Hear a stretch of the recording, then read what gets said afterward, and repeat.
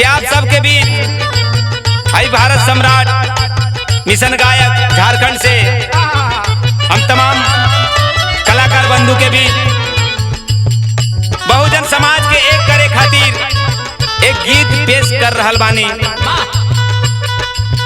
और ध्यान से सुनिहा और अपने आप के विचार जरूर करिहा। काहे कि आज हमने पूरा समाज बहुजन समाज के बड़का बड़का नेता लोग सब अपन अपन अलग अलग संगठन बना के आज संगठन चला रहा बा, रोटी सेक रहा बा। उ लोग से कहना बा एक मंच पे आवे के हो तो कहना है आव बाप सेफ के शरणवा बहुजन भाई छोड़ा गुमनावा हो।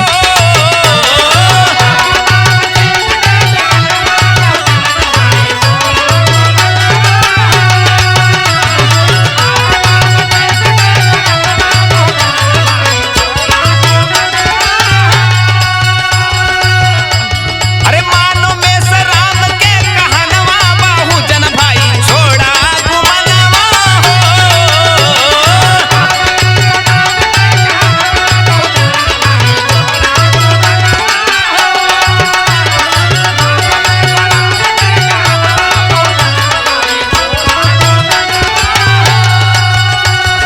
छोड़ा गुमनवा हो, छोड़ा गुमनवा।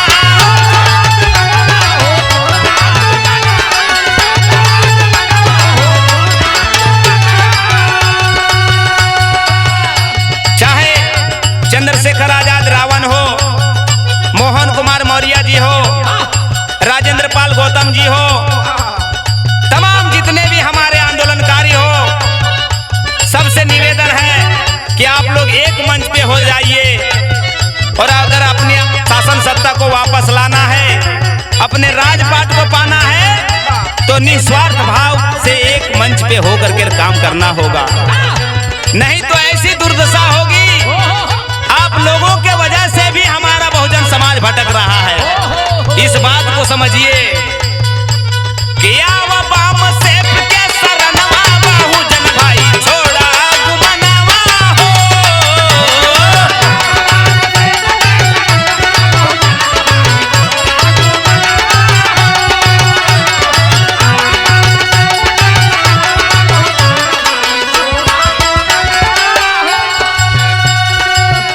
आज दुश्मन नहीं चाहता कि आप सब एक हो जाए, एक मंच पर आ जाए।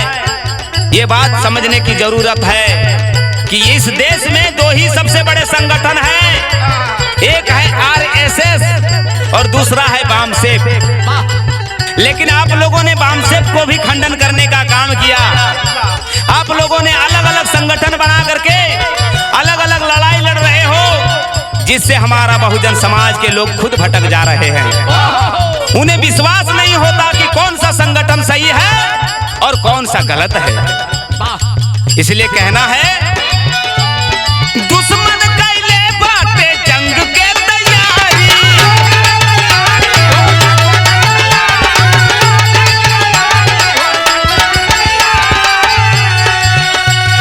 मारल जाइबा बहुजन सब बारी बारी।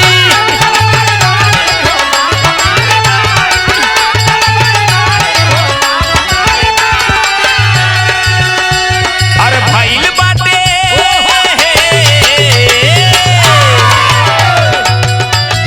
भइल बाटे ऐसन पालनवा बहुजन भाई बनबा निसनवा हो।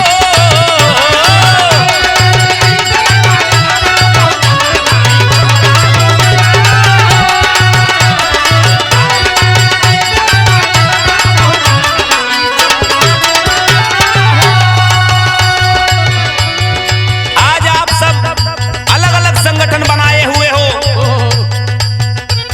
लेकिन फिर भी एक नहीं हो पा रहे हो। एक संगठन के लोग को लतियाता है तो दूसरा देखता ही रहता है। ऐसा क्यों? यही कमी है कि आप लोग एक मंच पर नहीं आते और सबको लात जूता मिलते ही रहता है और आप बर्दाश्त करते रह जाते हो। तो किस तरह से कहना है? अरे कितना बनल बा बहुजन के संगठन,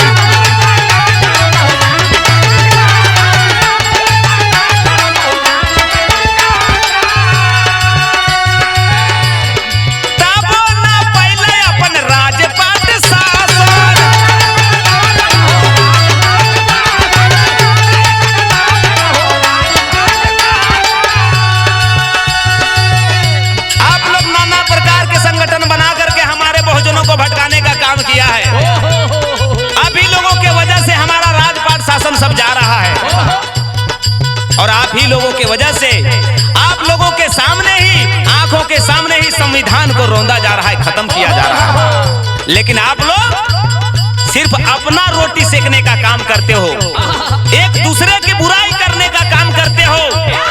अरे वही देखो आरएसएस की बात, नाना प्रकार के संगठन हैं, लेकिन अगर एकता की बात होती है तो सारे लोग एक थाली में मिल के खाते हैं। उनसे सीखो।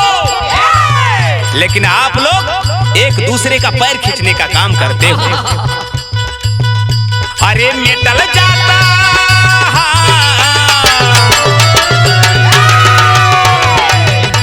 अरे मेटल जाता देश के संविधानवा, बहुजन भाई छोड़ा गुमनावा हो।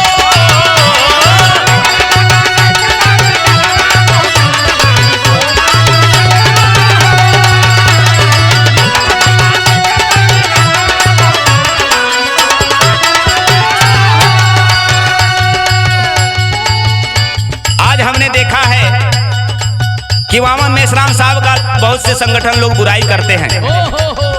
और वामन मेश्राम जी का एक ही उद्देश्य है कि जो भी संगठन हो उसमें ब्राह्मण का घुसपैठ ना हो। क्योंकि इतिहास को आप देख लो, जब जब किसी भी राजाओं के साथ ब्राह्मण का घुसपैठ हुआ, उसका राजपाट, उसका सारा वंश का समाप्ति हुआ। बाबा साहब के साथ ही देख लो क्या हुआ। इसलिए जितने बड़े बड़े नेता लोग हैं, किन्हीं न किन्हीं की पत्नी ब्राह्मण की बेटी होती है। ब्राह्मण चाहता है कि आप जो भी बड़े बड़े नेता हो जाए, उसको अपनी बेटी देकर के अपने हाथों में कर लो। यही वजह से आज हमारे लोग उनके गुलामी कर रहे हैं। इसलिए कहना है कि अभी भी वक्त है वामन मेश्राम जी के माध्यम से जो पूरे देश के एससी, एसटी, ओबीसी माइनॉरिटी लोगों को एकजुट करके अपनी शासन सत्ता को पाने के लिए, अपने देश को आजादी दिलाने के लिए जो लगे हैं, उस पे कामयाब करो। वामन मेश्राम बहुजन के जगावे,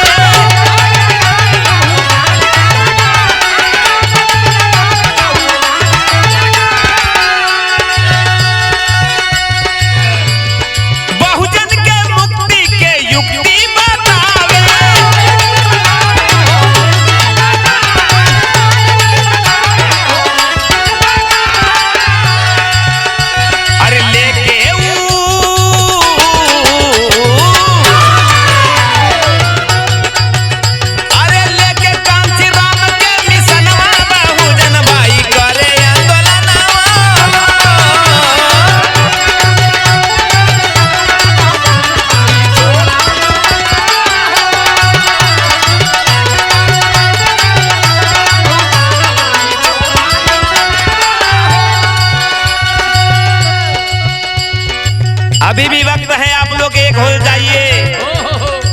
आज हमारे लोगों को किसी एक विशेष जाति को पीटा जाता है तो दूसरा जाति उसको तमाशा देखते हैं। इसी प्रकार किसी संगठन को, किसी पार्टी को ऊपर लांछन लगाया जाता है, उस पर दबाव डाला जाता है तो दूसरा तमाशा देखते हो। यही कारण हमारे बहुजन समाज की गुलामी है। इसलिए कहना है,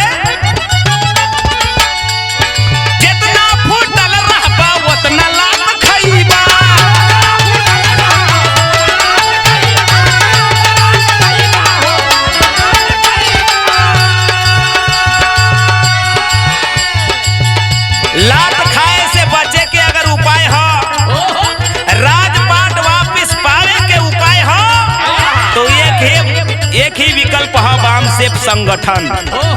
एकरा में ज्वाइन करा और अपन देश के बचावा।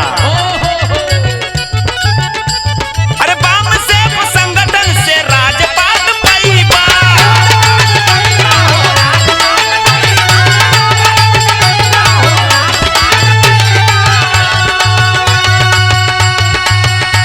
अरे मिलके अब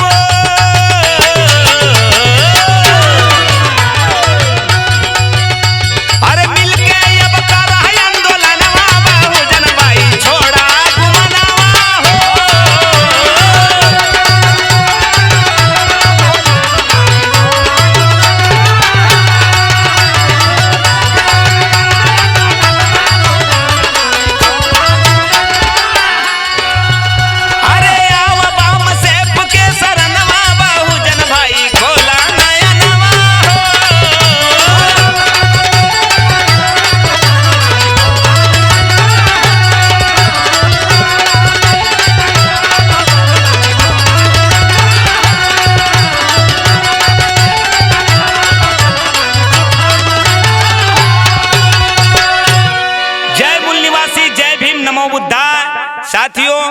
हमारे चैनल को सब्सक्राइब करें, वीडियो को लाइक करें और ज्यादा से ज्यादा शेयर करें। धन्यवाद।